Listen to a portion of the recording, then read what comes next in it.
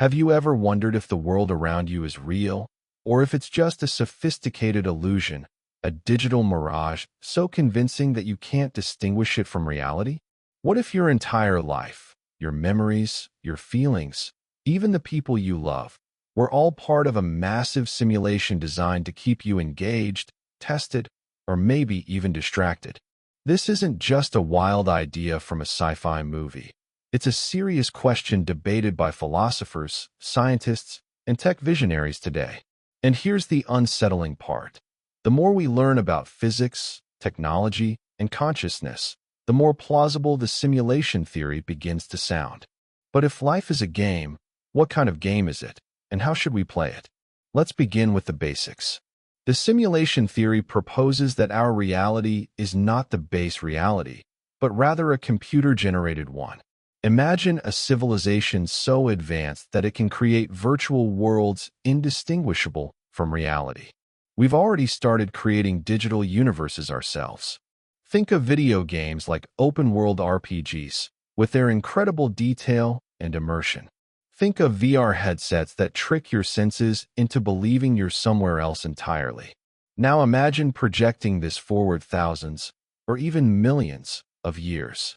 Couldn't future civilizations run simulations so complex that the characters inside them, beings like you and me, would be conscious, self-aware, and completely convinced that their world is the real one? This is the idea popularized by philosopher Nick Bostrom in his now famous paper, "Are You Living in a Computer Simulation?" He suggests that at least one of these statements must be true. Either civilizations never reach the level where they can create such simulations, or they can but choose not to, or they can and do. And if they do, the number of simulated realities would vastly outnumber the single base reality. Statistically, then, the odds are stacked against us. If simulations exist, it's more likely that we're inside one than not. But let's set aside probability for a moment. Think about what this means for your everyday life. If this world is a simulation, then maybe the rules we believe to be fixed, physics, time, even death, might only be part of the programming. Think about glitches in video games. A character walks through a wall, the physics engine fails, the code reveals itself.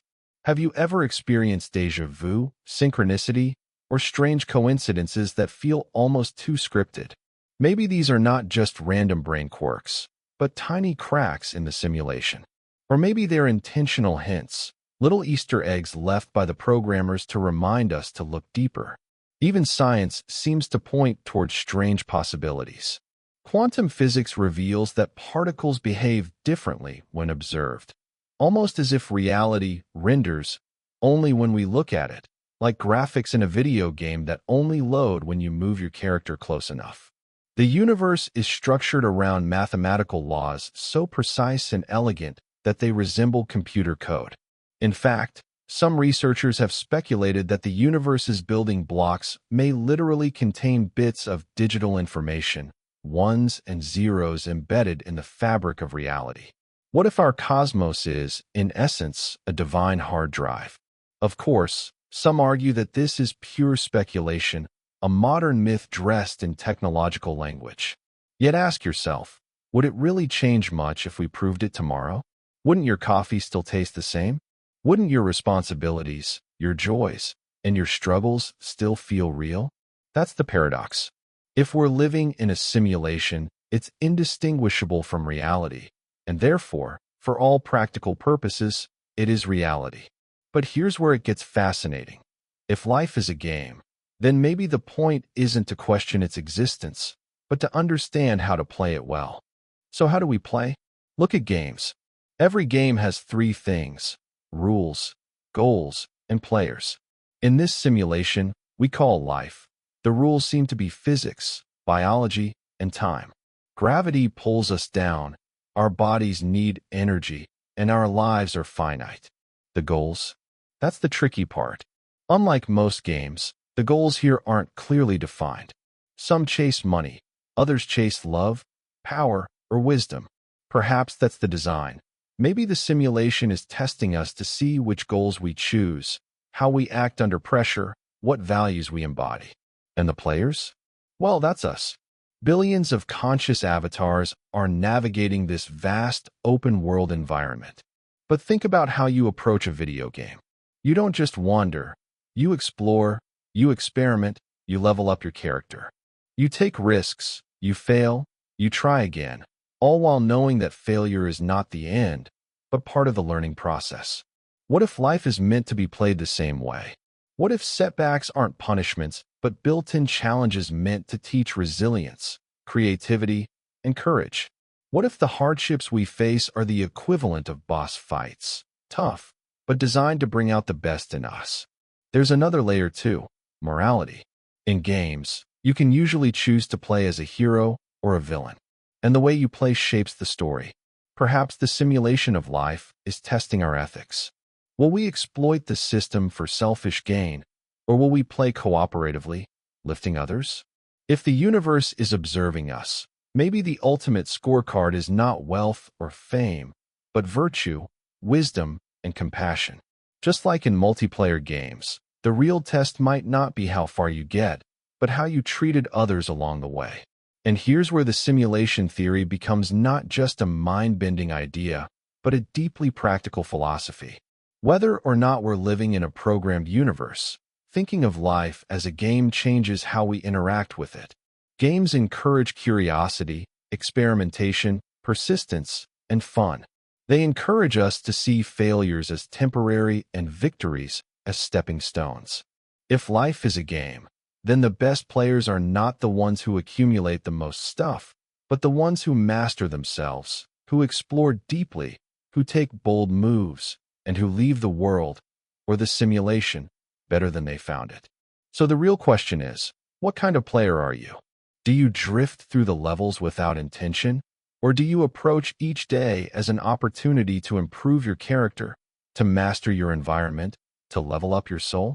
Whether this reality is simulated or not, your choices still matter, your actions still shape the narrative, and your story is still being written right now.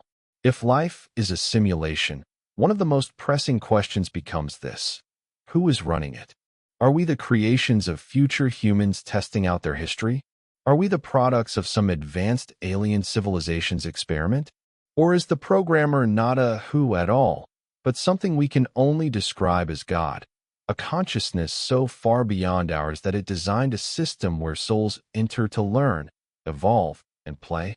The mystery of the programmer might be unsolvable, but maybe that's the point.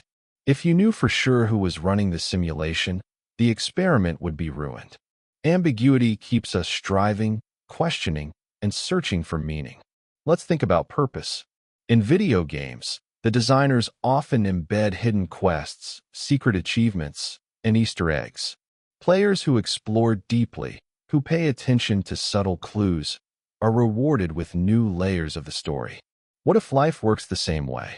Maybe synchronicities, unexpected opportunities, and moments of deep intuition are hidden quests calling us forward. Those who ignore them live only on the surface of the simulation. Those who notice them unlock a richer, more profound game. Isn't it possible that your life already contains these hidden missions, waiting for you to recognize them? This changes how we think about suffering, too. In most games, there's a learning curve. The early levels are easier, but as you advance, the challenges grow. Boss fights test all the skills you've learned along the way. Without them, you'd never grow into the strongest version of your character. If life is a simulation, then suffering might not be meaningless chaos. It could be the built-in challenge system. Painful, yes, but ultimately purposeful, designed to stretch your capacity, sharpen your wisdom, and reveal your strength. Think of the times in your life when you overcame something hard. Didn't it feel like you leveled up? Didn't it expand your abilities in a way nothing else could? And let's not forget, every simulation, every game, has a timer. In our case, that timer is death. The knowledge that our time here is limited forces us to make choices, to prioritize, to value experiences, and to love more fiercely. If life were endless, we might drift in circles, never committing, never risking. But knowing that the clock is ticking gives urgency, depth, and beauty to every moment. Maybe the ultimate design of this simulation is not to distract us, but to wake us up, to remind us that every second counts. Now, here's a question that takes the simulation theory into even deeper waters. What happens when the game ends? If our consciousness is simply a program, does it disappear when the simulation is shut down? Or does it transfer elsewhere, into another simulation, another level? Some traditions have spoken about reincarnation for centuries, describing life as a cycle of learning across multiple worlds. Could it be that what they called rebirth is simply moving to the next simulation, the next iteration? If that's true, then every choice you make here echoes beyond this round of the game.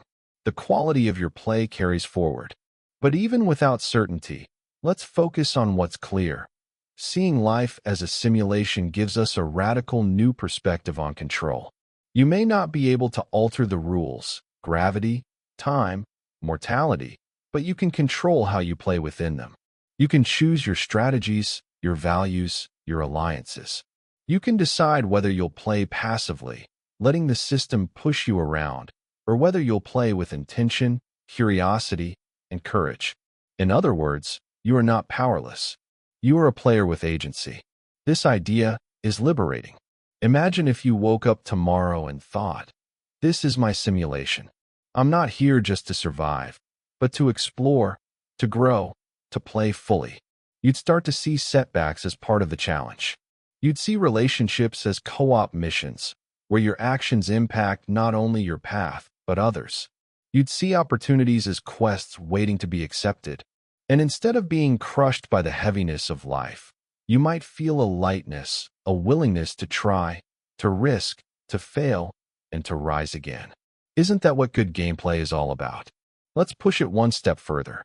What if the real test of the simulation isn't how much you achieve, but how you awaken to the fact that you're playing?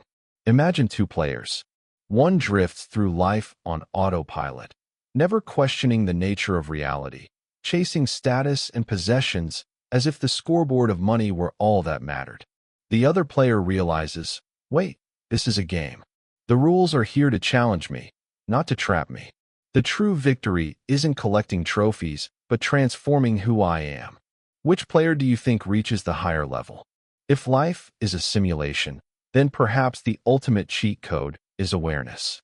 To remember, moment by moment, that you are a player, not just a pawn. To step back and ask, what mission am I on? What values am I embodying? Am I treating others like non-playable characters to use, or as fellow players on their own quests? Am I trapped in the illusion of the surface, or am I looking for the hidden layers that give this simulation its deepest meaning? And maybe that's the message the simulation is trying to teach us. Not certainty, not final answers, but awakening. To play with awareness. To live fully, bravely, and compassionately. To know that even if this is just a game, the feelings are real, the choices are real, and the growth is real. Because games end, but what you become while playing, that's what truly lasts. So now I want to ask you, if life really is a simulation, how would you change the way you play it? Would you take more risks? Forgive more easily? Seek out deeper truths instead of shallow distractions? Share your thoughts in the comments, because I want to hear how you would play differently. And remember this, whether or not we are in a simulation, this is your life, your time, your chance. Don't waste it drifting. Play with purpose. Play with heart. Play to become the strongest, wisest, and most compassionate version of yourself. That, perhaps, is the real victory condition of this game. And if this video gave you something to think about, don't forget to like it and subscribe, so we can continue exploring life's biggest questions together.